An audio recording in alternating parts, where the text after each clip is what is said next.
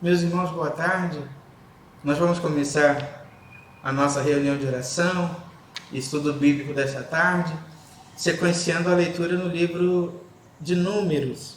Então eu os convido a que leiamos Números capítulo 19, todo o capítulo, desde o versículo 1 até o versículo 22.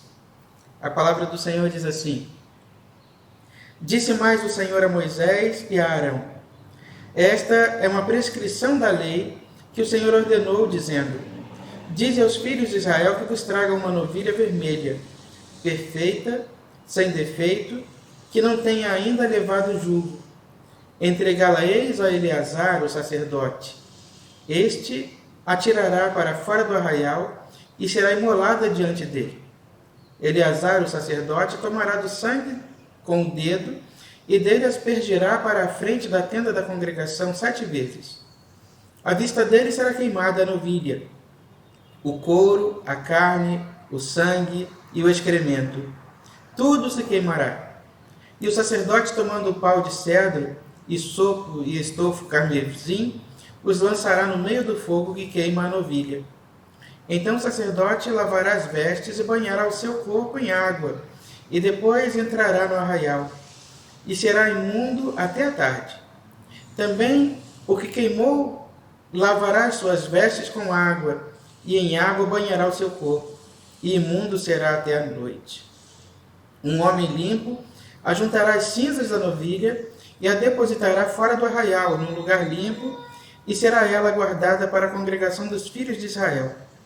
Para a água purificadora é oferta pelo pecado. O que apanhou a cinza da novilha lavará as vestes e será imundo até a tarde.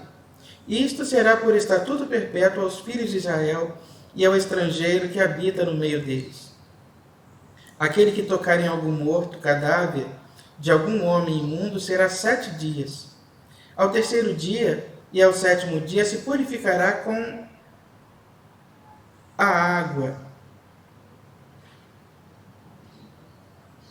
Todo aquele que tocar em algum morto, cadáver de algum homem, e não se purificar, contamina o tabernáculo do Senhor. Essa pessoa será eliminada de Israel, porque a água purificadora não foi aspergida sobre ele, imundo será. Está nele ainda a sua imundícia. Esta é a lei quando morrer algum homem em alguma tenda. Todo aquele que entrar nessa tenda, e todo aquele que nela estiver, serão imundos 7 dias. Também todo vaso aberto sobre o que não houver tampa amarrada será imundo. Todo aquele que no campo aberto tocar em alguém que for morto pela espada, ou em outro morto, ou nos ossos de algum homem, ou numa sepultura, será imundo 7 dias. Para o imundo, pois, tomarão da cinza da queima da oferta pelo pecado, e sobre esta cinza porão água corrente num vaso. Um homem limpo tomará sopo, e o molhará naquela água, e a aspergirá sobre aquela tenda, sobre todo o utensílio, e sobre as pessoas que ali estiverem, como também sobre aqueles que tocar nos ossos, ou em alguém que foi morto, ou que faleceu numa sepultura. O limpo aspergirá sobre o imundo ao terceiro e 7º dias, purificá-lo-á ao 7º dia. E aquele que era imundo lavará as suas vestes e se banhará na água, e à tarde será limpo. No entanto, quem estiver imundo e não se purificar, esse será eliminado do meio da congregação, porquanto contaminou o santuário do Senhor. A água purificadora sobre ele não foi aspergida, é imundo. Isto lhe será por estatuto perpétuo. E o que aspergir a água purificadora lavará as suas vestes, e o que tocar a água purificadora será imundo até a tarde. Tudo o que o imundo tocar também será imundo, e quem o tocar será imundo até a tarde. Meus irmãos, é mais um texto dos textos complexos, que nós temos no livro de Números, e que vai falar sobre a pureza de Deus.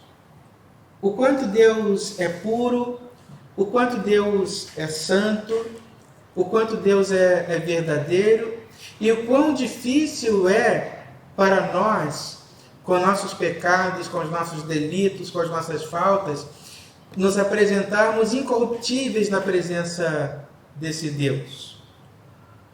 O sumo sacerdote Arão e seus filhos sacerdotes, aqui há um destaque para Eleazar, não é? Eleazar é o sacerdote citado no texto. Eleazar é o terceiro filho do sumo sacerdote Arão, né? E ele agora ocupado deste ofício sacerdotal de purificação, porque os seus irmãos, por conta de terem deitado um fogo que não era fogo do Senhor, um fogo que era estranho ao Senhor, foram fulminados lá atrás. E Eleazar agora é aquele que assessora o seu pai no serviço religioso, né? Então ele tem essa responsabilidade.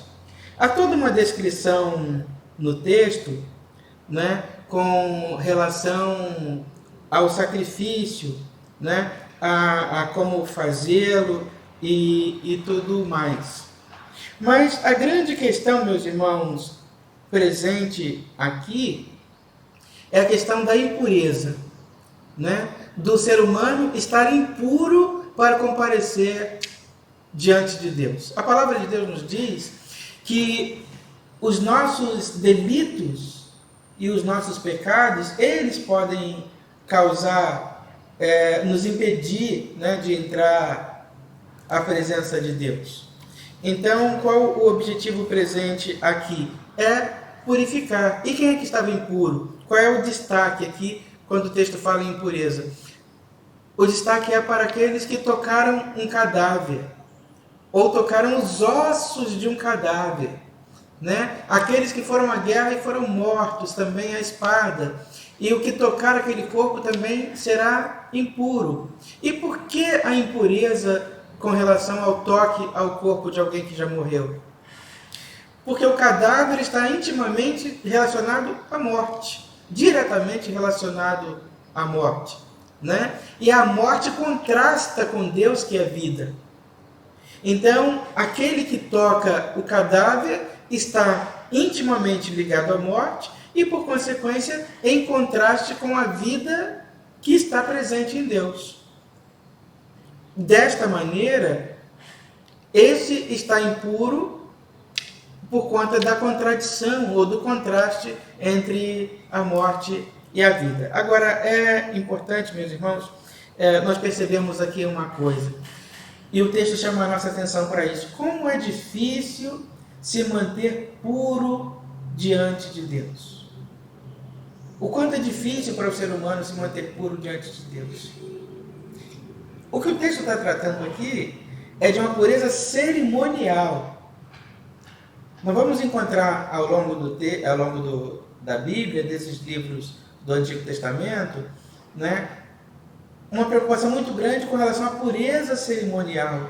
O sacerdote que entra diante de Deus, ele precisa estar purificado cerimonialmente, né? Então, as suas vestes precisam estar lavadas, limpas, ele precisa se banhar, se lavar, tomar um banho, vestir vestes limpas e puras, para que ele possa entrar no santuário, ou mais ainda, no Santíssimo Lugar, e assim entrar na presença de Deus.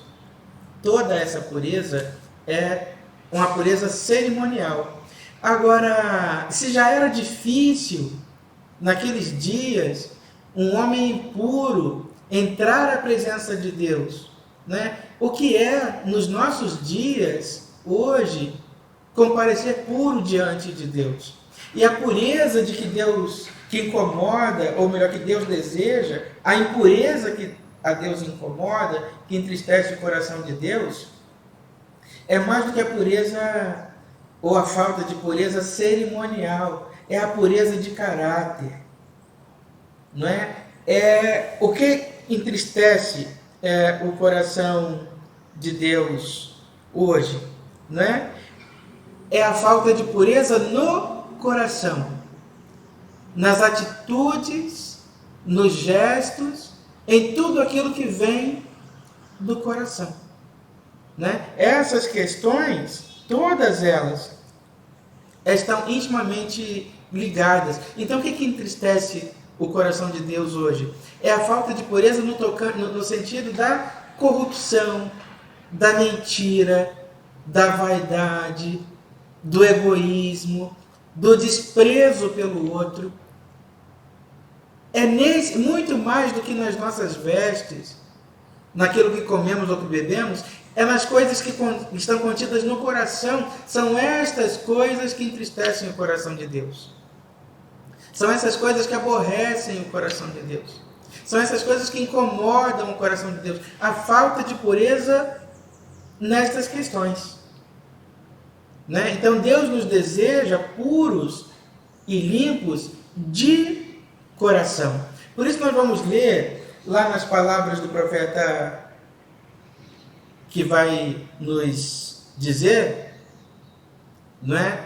Ele vai dizer: purificai, ou melhor, rasgai os vossos corações e não as vossas vestes.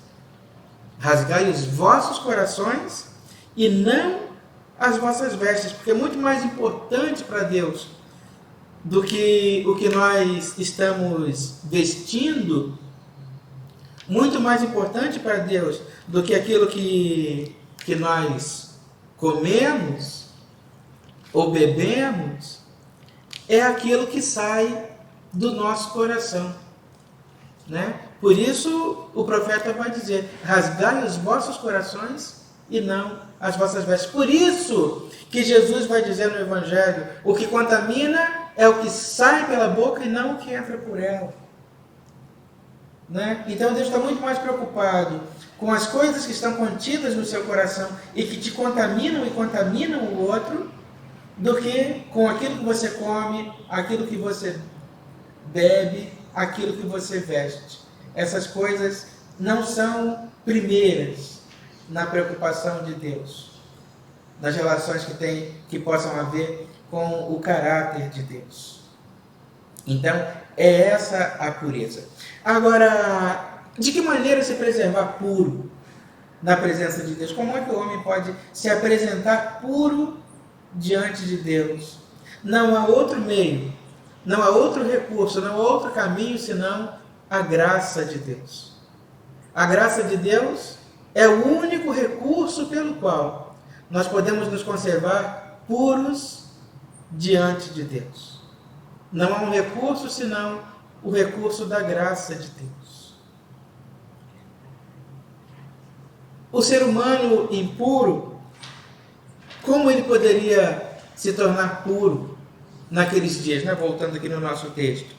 De que maneira aquele homem impuro poderia se tornar puro para que ele pudesse entrar na presença de Deus? Afinal de contas, ele tocou em algo impuro e se tornou impuro também. Sendo lavado nas águas purificadoras. E que águas purificadoras eram essas? Eram as águas que continham as cinzas de um sacrifício. Aquele animal era sacrificado, as cinzas eram lançadas naquela água e aquela água era então tida ou chamada de água purificadora. Eram águas purificadoras, porque ele se banhava nas águas purificadoras e se tornava puro. Desta maneira, meus irmãos, hoje em dia, por intermédio da graça de Deus e do sangue de Jesus, nós somos purificados quando confessamos a Deus os nossos pecados. Nós não somos mais purificados pelas águas purificadoras. O sacrifício contido é o sacrifício de Jesus. Né? As águas nós podemos associar às águas que correm do trono de Deus e que estão nelas contidos os elementos do sacrifício do Senhor Jesus. Que águas são essas? As águas do nosso batismo, que nos introduz à comunidade de fé. Então ali nós somos purificados e introduzidos à presença de Deus pelas águas purificadoras do batismo, que contém ali os elementos do sacrifício do Cordeiro verdadeiro, Cordeiro de Deus, que tira o pecado do mundo e nos aproxima. Então, quando nós nos banhamos nestas águas, nós somos alcançados pela graça de Deus e desta maneira somos purificados. São estas as águas purificadoras, que nos purificam de todo o mal, que nos livram de todo o pecado, que nos dão condição de adentrar a presença de Deus, né? Então, meus irmãos, é mais do que uma pureza cerimonial, é mais do que uma pureza ritual, é estar puro de fato e de verdade diante de Deus, lavados nas águas do batismo, nas águas purificadoras, que contêm os elementos do sangue do Cordeiro, que um dia foi derramado em nosso favor. E em sendo lavados, somos alcançados pela graça de Deus. E é isso que nos faz puros diante do Senhor, né? O texto exalta a santidade de Deus e a nossa condição pecadora. A condição do ser humano comum, de pecador. E quando nós somos lavados, então, nessas águas, nós nos tornamos puros, purificados, santificados. Que Deus nos abençoe e que nós busquemos cada dia mais a purificação no sangue de Jesus. A purificação que nos é dada por intermédio da graça de Deus. Que sejamos nelas purificados para a glória de Deus. Que Deus te abençoe nessa tarde, que Ele te guarde e que Ele possa, por intermédio dessa palavra, ter falado ao seu coração.